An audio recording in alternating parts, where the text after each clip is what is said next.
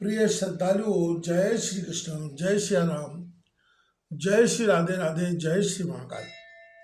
इस प्रवचन में आपको श्रवण कराएंगे रेवती नक्षत्र के पतन और पुनः स्थापना की कथा तथा श्रीमद देवी चरित्र के श्रवण से राजा दुर्दम को मन मंत्राधिक पुत्र की प्राप्ति की कथा।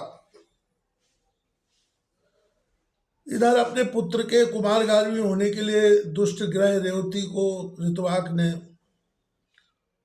शाप दे दिया कि वह आकाश से नीचे गिर जाए।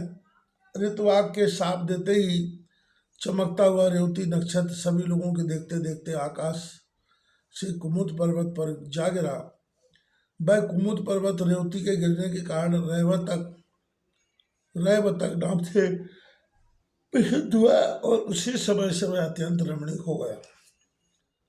कार्तिकेय जी बोले, हे अगस्त जी, उस रेवती नक्षत्र के महान तेज से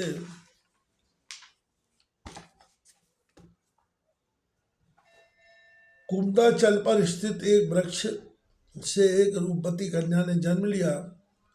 रेवती नक्षत्र की कांति से प्रादुर्भूत उस कन्या को देखकर मुनि प्रमचु ने प्रसन्न होकर उसका रेवती यह नाम रखा। तदनंतर ब्रह्मर्षि प्रमुच से कुंदाचल पर स्थित अपने आश्रम में ले गए और पुत्री की भांति उसका धर्म पूर्वक पालन पोषण करने लगे। समय पाकर यौवन को प्राप्त उस रूपवती कन्या को देखकर मुनि ने विचार किया कि इस कन्या के योग्य वर कौन होगा। बहुत अन्वेषण के बाद भी तब मुनि को उसके योग्य कोई वर नहीं मिला। तब भी अग्निशाला में प्रवेश करके अग्निदेव की स्तुति करने लगे।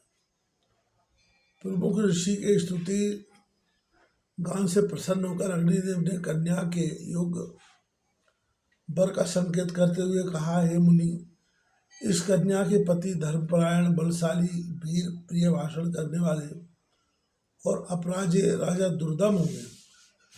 संयोग से उसी समय आखेट के बहाने प्रियव्रत के वंशज विक्रमशील के पुत्र दुर्दम जी कालिंद्री के गर्भ से उत्पन्न हुए थे। वे प्रतिभाशाली राजा मुनि प्रमुच के आश्रम में आ गए। ऋषि बोले, इसका कन्या का पति कौन होगा, ऐसा मेरे द्वारा आज अग्निदेव से पूछे जाने पर उन्होंने कहा था कि इसके पति निश्चित रूप से राजा दुर्दम ही होंगे। हे वही पति मेरे द्वारा प्रदत्त इस कन्या को आप स्वीकार कीजिए। मुनि का यह वचन सुनकर राजा दुर्दम चुप हो गए, अर्थात स्वीकृति मिल गई। मुनि उस कन्या के वैवाहिक अनुष्ठान की तैयारी में जुट गए। विवाह कार्य के लिए मुनि को तत्पर देखकर रेवती ने कहा, हे तात, आप मेरा विवाह कैसे होगा, क्योंकि रेवती तो आकाश में स्थित है ही नहीं। कन्या बोली, रेवती नक्षत्र के अतिरिक्त अन्य कोई भी नक्षत्र मेरे विवाह के लिए उचित नहीं है, अतः मेरी प्रार्थना पर गौर करके मेरा विवाह रेवती नक्षत्र में ही करें। अतः कन्या के हितार्थ मुनि ने अपने तपोवन से शीघ्र ही पूर्व की भांति रेवती नक्षत्र को फिर से नक्षत्र मंडल में स्थापित कर दिया और उसी नक्षत्र में राजा दुर्दम को वह रेवती कन्या सौंप दी। इस प्रकार कन्या का विवाह कर देने के उपरांत मुनि ने राजा से कहा, हे वीर, तुम्हारा क्या अभिलाषा है, बताओ, मैं पूरी करूँगा। राजा बोले, हे मुनि, मैं के साथ के वंश में उत्पन्न हुआ हूँ, अतः मेरी कामना है कि आपकी कृपा से मुझे मनवंतराधिपति पुत्र की प्राप्ति हो। मुनि ने कहा, यदि आपकी यह अभिलाषा है तो आप देवी भगवती की आराधना कीजिए। ऐसा करने पर आपका पुत्र मनु अवश्य ही मनवंतराधिपति हुआ। रेवती के गर्भ से उत्पन्न रेवत नाम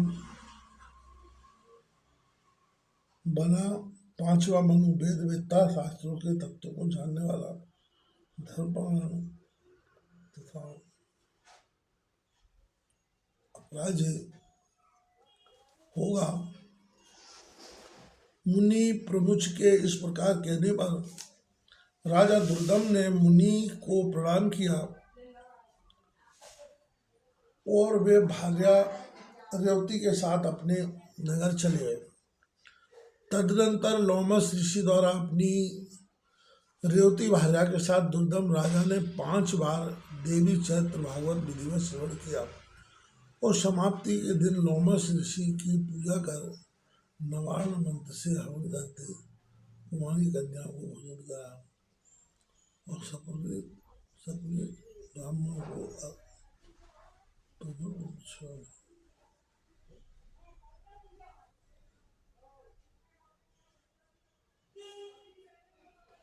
कुछ समय बीत जाने पर भगवती की कृपा से रानी रेवती ने रेवत नामक तेजस्वी पुत्र समग्र विद्याओं का विधान धर्मपरायण पुत्र उत्पन्न किया।